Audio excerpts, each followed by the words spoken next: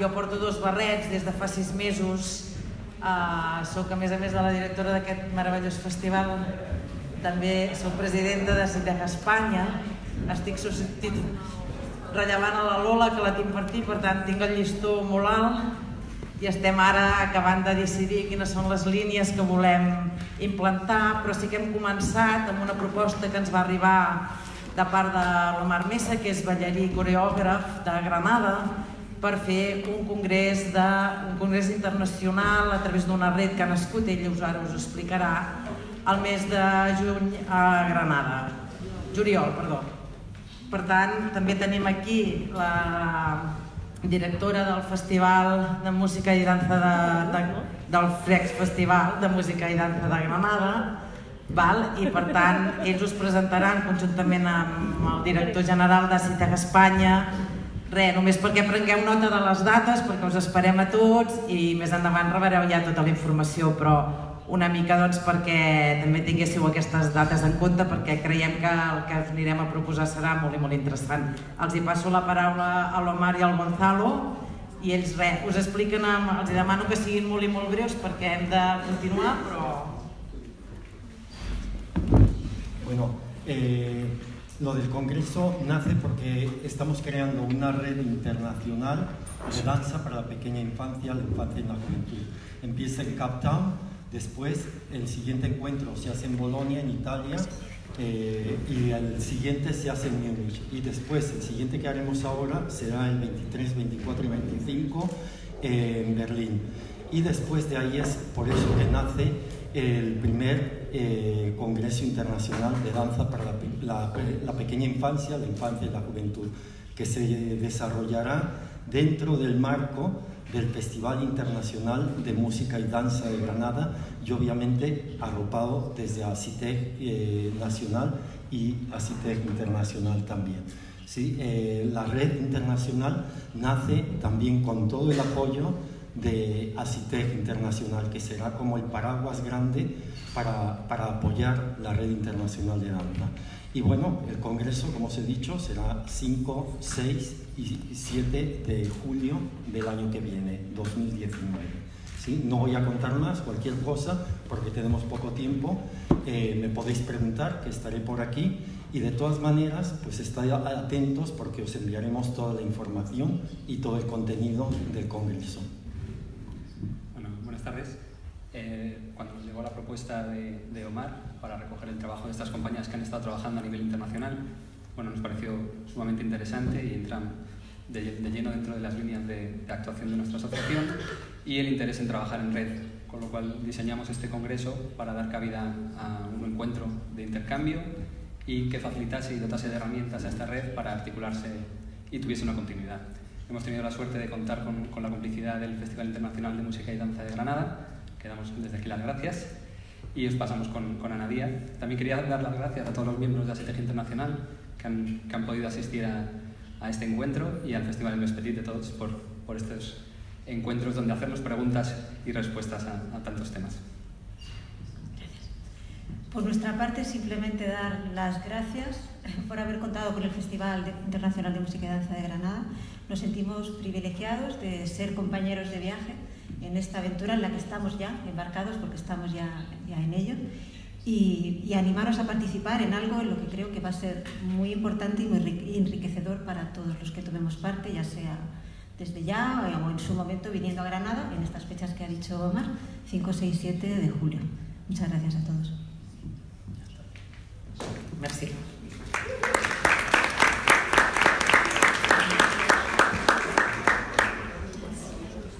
Bé, doncs ara sí, comencem la conferència amb l'Yvette Hardie. L'Yvette Hardie és la presidenta d'Assitej Internacional. Per qui no conegui Assitej, Assitej té, crec que 90 centres nacionals aproximadament arreu del món i per tant d'alguna manera això ens permet treballar en xarxa entre tots per les arts, per la infància i la joventut. Com sabeu, des del més petit de tots tenim molt posada una pota en el tema de l'educació, per això tenim formació per mestres, a les escoles bressol que participen, i és un tema en el qual estem molt interessats. L'Isabel en un viatge va conèixer el projecte que l'Yvette ha desenvolupat a Sud-àfrica i ens semblava que era important de conèixer, de tenir-la aquí, que ens ho pogués explicar ella de primera mà per poder també agafar-li idees i poder-les portar a la pràctica a casa nostra. Per tant, molt benvinguda, Yvette. Ens coneixíem de viatges i quasi no ens parlem, només ens saludem perquè jo no parlo anglès, és un dels grans reptes que tinc. Però espero que hagis disfrutat d'aquests 2 dies que ja portes amb nosaltres i et dono la paraula perquè comencis la teva conferència. Thank you. Thank you. It's such a pleasure to be here, and thank you, Eulàlia, for the invitation. I'm feeling so stimulated after that last session, I have to say. I just want to talk about sound right now. but I will stick to my topic, which in fact includes, of course, sound and music education. Yes, so Isabel heard about this project that we've been working on in South Africa, and really the story that I want to tell you today is about a journey which has been a journey of many years, starting prior to the formation of Assitej in South Africa. Assitej in South Africa launched in 2007, but Assitej has become the kind of flagship for this work. And is now recognized as being the center of activity around this work. So often when people think about arts and education, they have problems, they raise questions. There's this kind of idea that somehow education is a straitjacket of some kind, that education is perceived as being this kind of monolithic activity which is all about subduing the instinctive and the individualistic aspects of the child to a kind of a societal norm, and creating the good citizen, and that in fact the impulses of art are in the other direction, that they are about freedom, they're about creativity, they're about imagination, they're about being able to make choices. But very interestingly, in terms of where education is heading in the Fourth Industrial Revolution, is a very different notion of what education should and can be. And the kinds of skills that are being required in this 21st century are skills that I think are best served by the arts than the traditional educational methodologies or approaches. For me, arts is education. Arts is the best form of education. And the reason that arts is such an exceptional form of education is because it builds on the natural instincts of the child for learning. So a child experiences the world through their senses, they engage with the world through play, and those impulses, those basic impulses, are extended and explored through the arts. And when we learn in that way, we learn with pleasure. We learn because we want to learn. We learn out of an innate curiosity. When you look at these 21st century skills, you'll see some foundational literacies there, which includes, interestingly, cultural literacy as being identified as being an important literacy to have, but I think it's so often undervalued and underplayed. But if you look at the competencies and the character qualities, you'll see a number of things there that really are the province of the arts rather than of traditional education.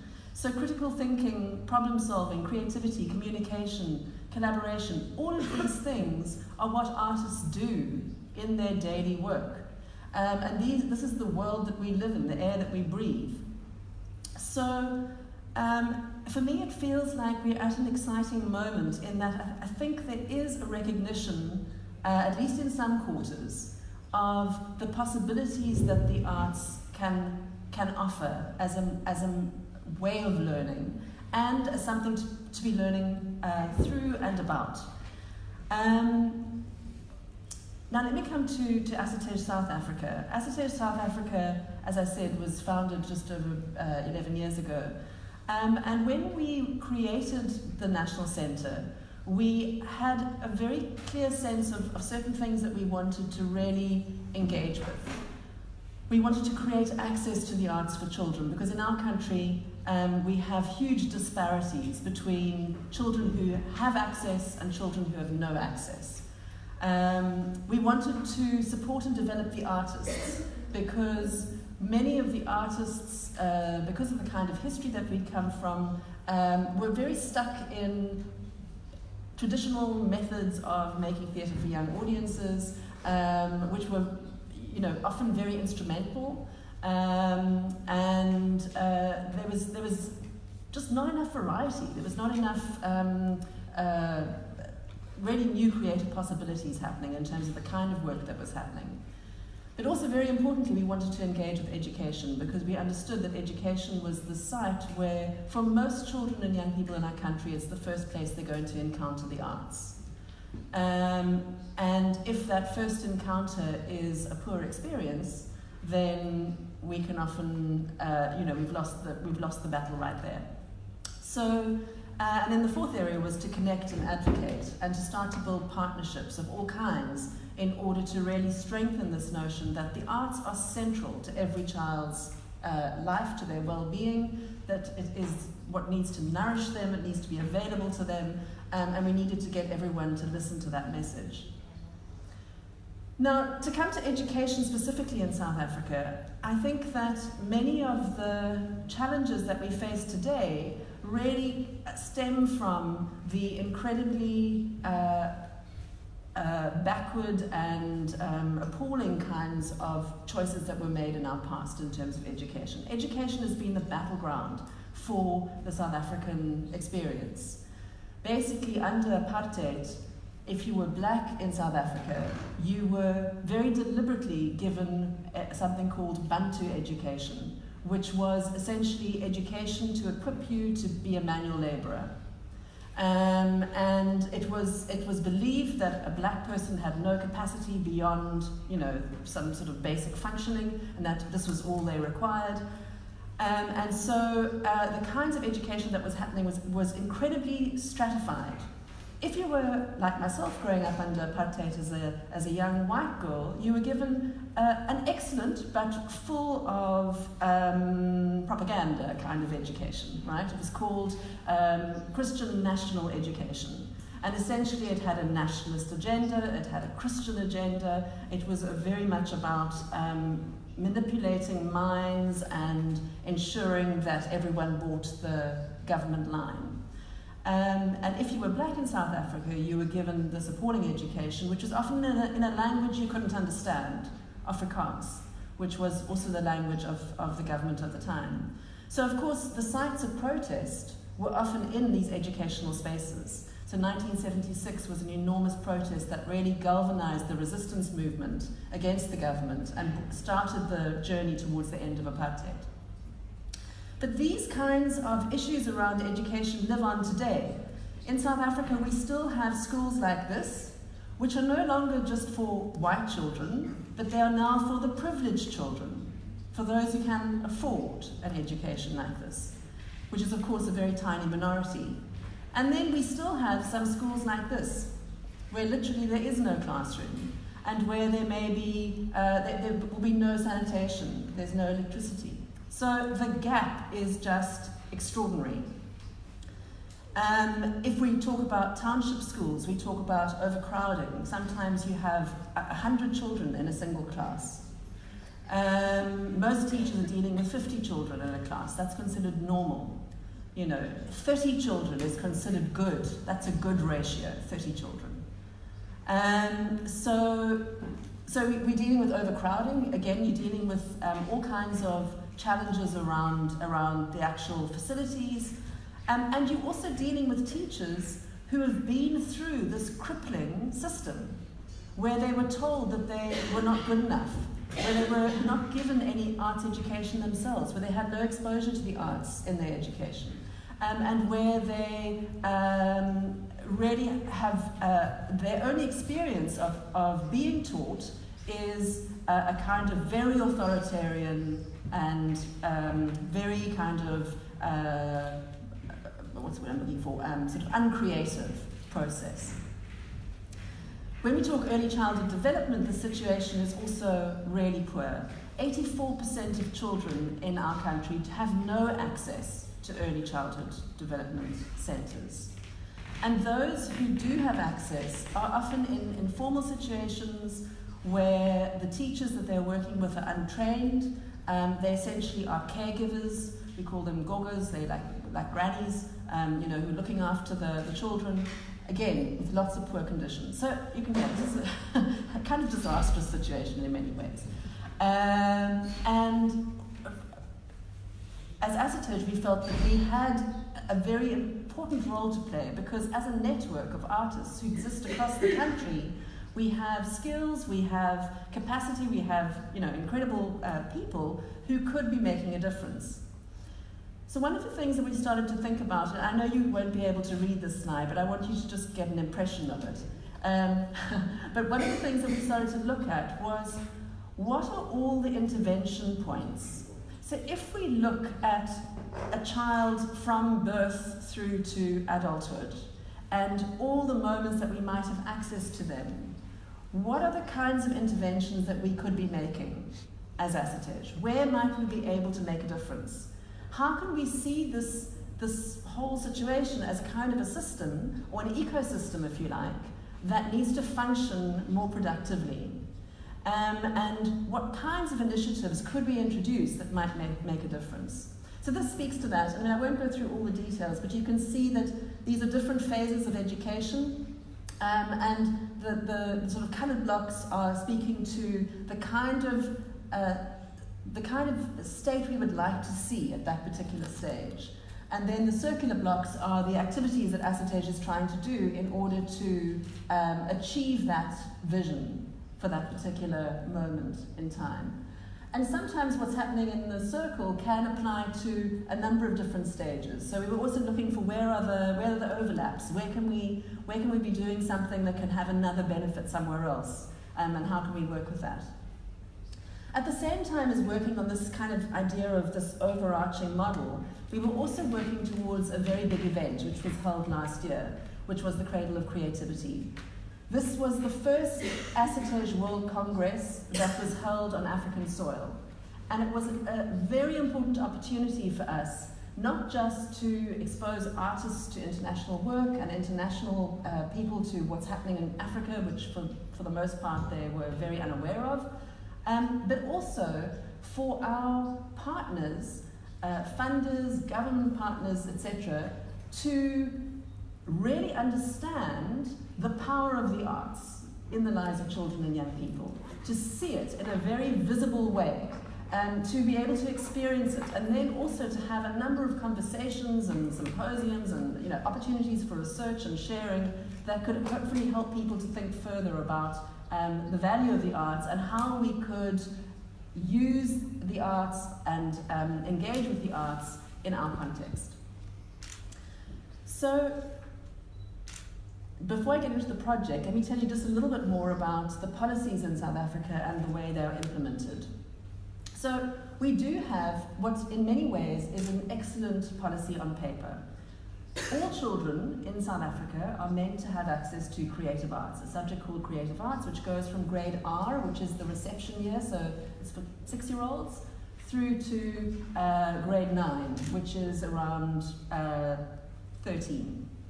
And it's compulsory, it's integrated at the foundation phase or meant to be integrated into the way foundational knowledge is taught, and then it starts to become its own subject.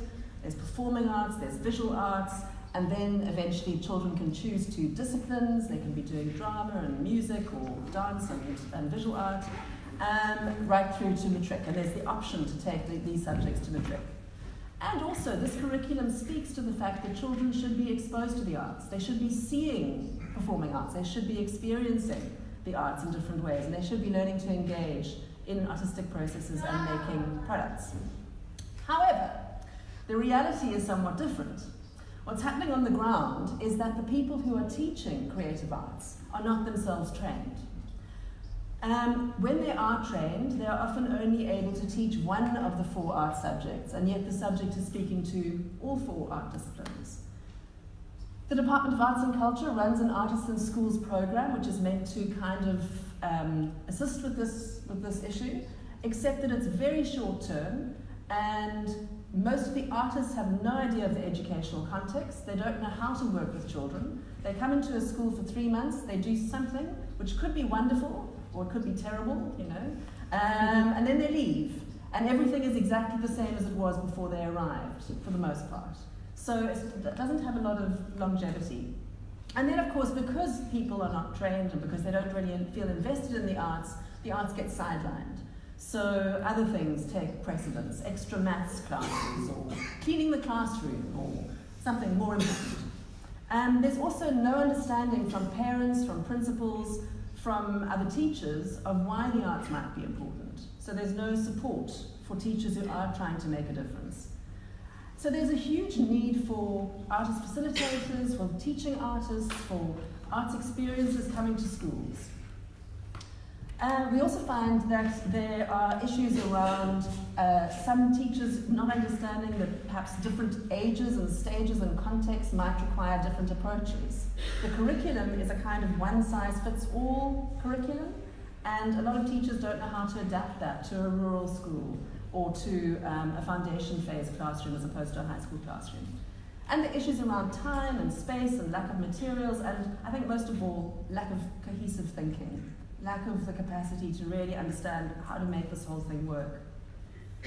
So in 2014, Assitej was approached to start a pilot project which ran through 2015-2016, which is called Kickstarter Educational Empowerment.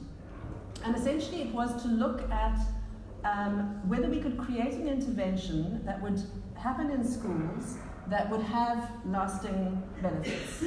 And whether we could do this in such a way that we could involve artist facilitators, so professional artists, but at the same time also ensure that the teachers were left better equipped once those professionals moved on to other work. So it provided for in-service training of the teachers, but also mentoring of the teachers over a 2-year period in the classroom. And very deliberately, we were asked to work with 20 schools out of 40 schools. And these schools were mostly what we call township schools and rural schools. So schools in very poor areas where there were not a lot of facilities. Also very importantly, we needed to provide live performances to these schools. And for most of the children in these schools, they'd never seen a live performance before. So the project began, and it started with the training of the artist facilitators.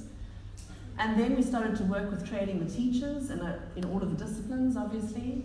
And you can see some of the examples here. These are all teachers being trained. And then those teachers started to take the work that they'd experienced very practically and viscerally into their classrooms with the support of the artist facilitators. And the children started to experience some of these activities and learnings. And it grew into, we found extramural dance classes starting to happen, we started to see showcases happening, we started to see all sorts of performances being created, visual arts, music experiences, and of course we were also taking productions into the schools. So here you can see a performance that was performed at the State Theatre at the top, but you can see it performing for these very poor schools where there is no hall, there's no space that can accommodate a performance, so they had to perform outside to the children. This is a dance piece that toured to over 8,000 children in KwaZulu-Natal, and which was incredibly successful, called Yini Respect. This is a piece that also toured to about 4,000 children. It was for the foundation phase, so it's for the younger children. And here you can see another example of an outdoor performance, a production called Galela, touring to a school in KwaZulu-Natal and performing literally just in front of the school with the school as a backdrop. And this is another performance that also toured into schools. So taking professional work into schools, but then also working on a consistent basis with the teachers and with the artist facilitators. So at the end of 2016, we then started to do, well, we've been doing monitoring all the way through, but we started to collate some of the results of the monitoring. And so, for example, here is a question we asked right at the beginning: have you received any formal training in the arts? And as you can see, almost, I think it's 89% said no, they've received no formal training in the arts. But then when we asked them in 2016, at the end of that year, have you seen a change in your teaching as a result of this program? 100% said yes, their teaching had changed. Not just had their teaching changed, but they'd seen a change in their learners, which created a more effective learning environment. And then they started to talk about what these changes were. And these were some of the things, that there was better discipline, the children were more curious, they wanted to learn, they were more compassionate, they were more respectful, they were more interested in creative arts, there was better peer relations, better listening skills. And then we started to look at the results, at the academic results. And in 2014, the year before the program, you can see that basically 75% of the children are achieving 40 to 48% for life skills, the subject. And at the end of the program, almost 50% of them are achieving 60 to 69% substantial achievement, and you can see a big wedge there of meritorious achievement and of outstanding achievement. And that yellow, which was the lowest one, is now much, much smaller. So we were seeing a change in the academic side as well. And then we were also seeing that the teachers were not just using the arts in the art subjects. So yes, they're teaching creative arts, but they're also teaching languages or mathematics or other subjects. And when we asked them, were they applying the arts across the curriculum, this is the response that we got. So the majority, the red, were applying the methodology to other subjects. And then we found some very unexpected changes. We found that this really supported inclusive education. That teachers were starting to see learners more individually. They were starting to understand special needs that learners had, and they were able to adapt their teaching methodologies to support those learners. We were also seeing that teachers were applying for promotion, that they were becoming heads of department, that they were applying for subject advisor positions, for a subject that 2 years before they had known nothing about.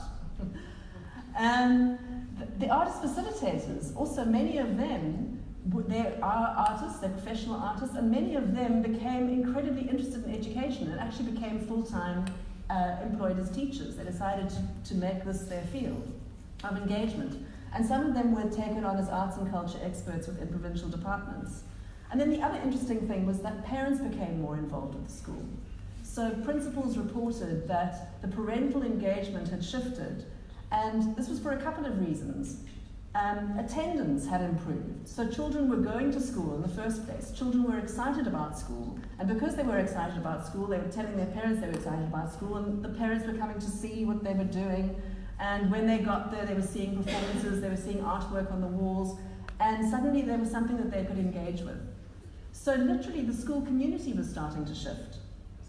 And here's just an example of one response which one of the deputy principals gave us, which said, the project offers an outcomes-based approach.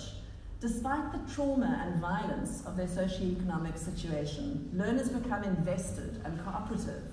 Their context doesn't matter when they're actively involved in the task at hand. There's also a sense of goal and outcome. The learners are realizing that they can achieve if they follow a process. They pay attention because they want to reach the goal. This may have larger repercussions in their lives outside of the classroom. So then, in parallel to this education project, we also started to do work in something called After School Game Changer, which is an after-school program to support what's happening outside of school hours. So this is all about what's happening inside the school. We've had a parallel program for after school as well. And all of these things were being assessed and monitored, and we were able to share the results around the time that Cradle of Creativity, the Assitej World Congress, happened in Cape Town in 2017. And as a result of that, we've now had a very big shift in our national paradigm, which is that our National Department of Basic Education has basically asked us to partner with them. They have received funding from UNICEF to develop a whole sort of program around curriculum support. And Assitej has been asked to write the creative arts textbooks, the national textbooks for the country, but also to look at how creative arts can be used as method in life skills, which is compulsory all the way through to matric. So it's now about infusing the arts into the curriculum in its entirety, not just in the couple of hours that are dedicated to the arts. To also engage with in-service and pre-service training for teachers. So we're now looking at taking this program, which, as you heard, was just in 20 schools initially, and this year we are now in 60 schools in 3 provinces, and over the next 5 years we are going to be scaling up until we will be a national program in every province. So it's a very, very exciting moment for us, because we can really see that the transformation has started to happen and that people are starting to listen. So what are we hoping from all of this?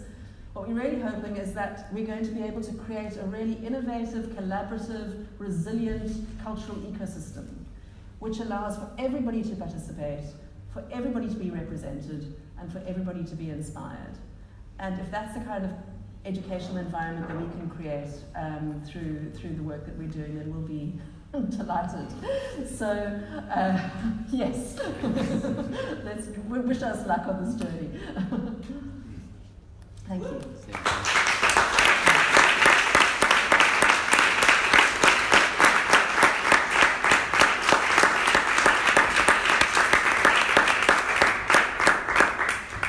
Gràcies, Yvette.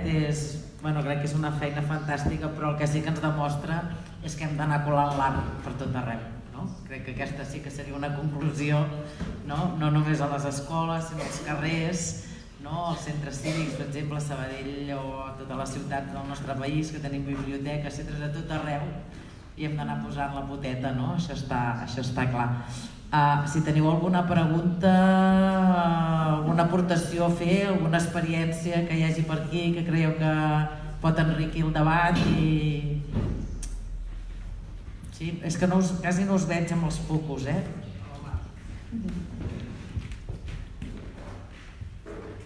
Sí, me gustaría saber cómo habéis logrado llegar a los políticos, que es lo interesante. ¿Cómo habéis llegado a ellos para concienciarlos, ¿no?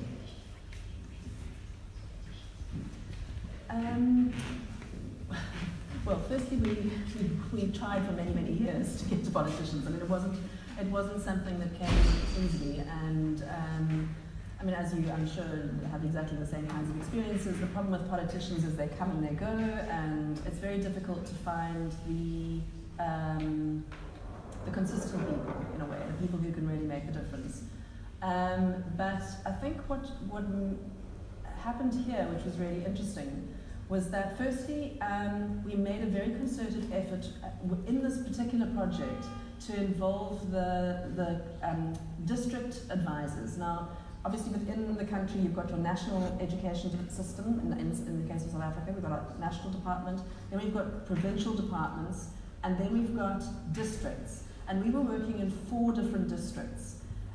We let the national people know what we were doing, we let the provincial people know what we were doing, but we really concentrated on getting the district officials involved and to get them very personally involved. So in fact, 2 of the district officials actually came on the training, so they experienced it personally, and they then became very invested in the program. And then they were the ones who started to feed up the information to the province and then, up to national. So they became very much our partners, and they were very aware of the fact that national wasn't listening to us and that the province wasn't really listening either. But they became partners in helping us to overcome that. So I think it was partially that, finding the right people at the right level who both understood what was happening on the ground, but had some access upwards. And then the other thing was that this very large event that we hosted definitely created a platform for us to speak about the arts in a different way. And for the 3 years running up to Cradle of Creativity, I was at every conference, every arts conference, every gathering, everything that the Department of Education, the Department of Arts and Culture hosted or whatever, talking about it. And then eventually when it happened, many, not enough, but a couple of really crucial people were there for some of it, and sufficiently enough for them to then report back to others. So, I mean, the request that we had to partner with the National Department of Education came about 3 months after Cradle of Creativity had happened, and it was very definitely a result, I think, of all of that kind of filtering through, and the word of mouth being really, really positive about what had happened, and people starting to see this is actually really important. And it was as though someone somewhere connected the dots and then came back to us and said, we'd like to partner with you. So I think finding platforms where you can speak is really important, and making sure that they are going to be there to hear. But I think also really important on the practical level is not just talking about it, but really showing people who will become your ambassadors. So showing them in very concrete ways what it is that you're doing, so that they can then speak for you. Hi ha alguna altra pregunta per aquí? No? Jo en tinc una. El pressupost que tots aquests artistes estiguin treballant a les aules, etc., està assumit totalment pel Ministeri, és a dir, pel govern del país?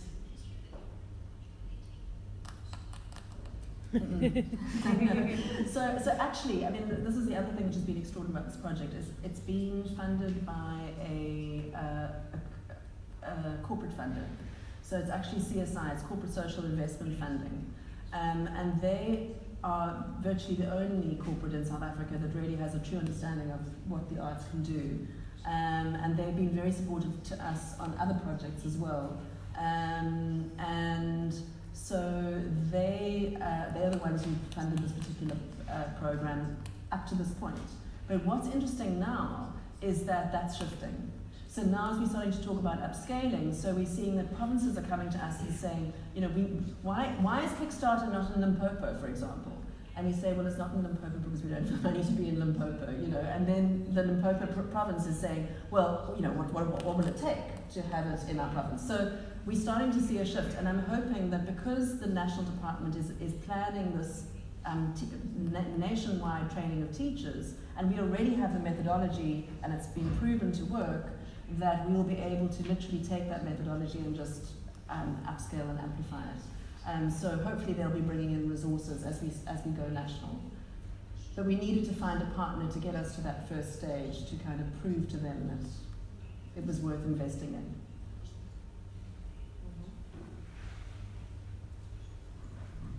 Al revés que aquí, no? Aquí un dels partners ens sona quasi costa moltíssim que aquí hi hagi partners privats que posin diners a això, sobretot en els festivals aquests amb gent tan petita, perquè diuen que no hi ha prou públic, no? Que no arribem a prou gent, no? I en canvi hem d'anar convencent a les administracions que siguin les que ens donin els recursos per poder arribar. Vull dir que el paradigma és molt diferent, no?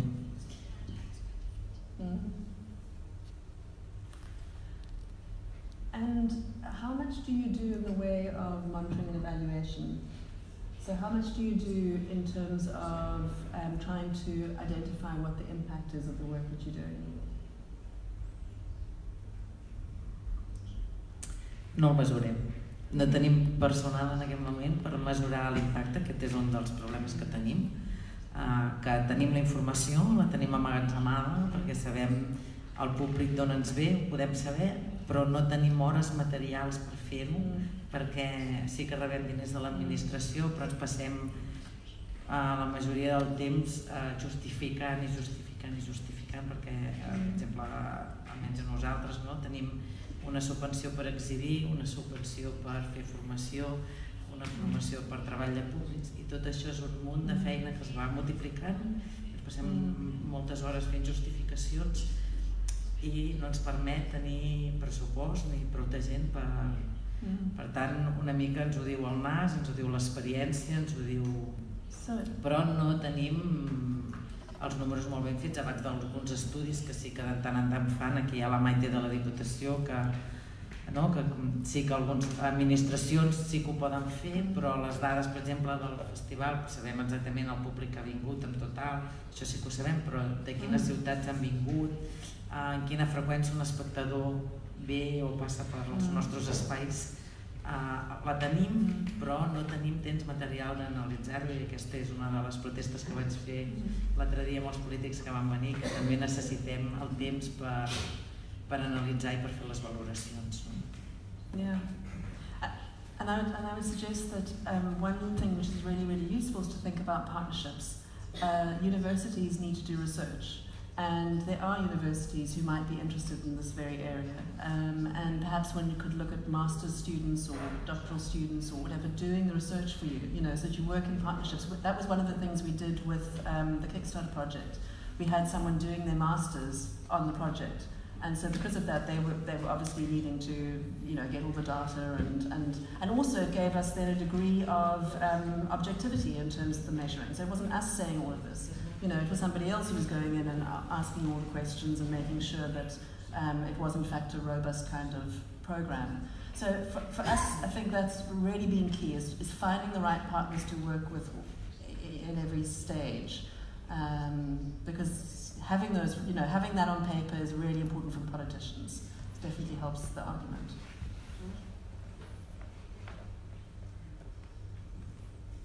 Si no hi ha més preguntes, Yvette, moltes gràcies. Gràcies a tots perquè avui ja acabem les conferències, demà uns quants aneu a Barcelona, els altres us quedeu a Sabadell i cadascú ja campa una mica al seu aire. Per tant, moltes gràcies per haver confiat en el nostre festival, que creiéssiu que aquest festival valia la pena passar amb nosaltres 3 dies. No em tradueixo.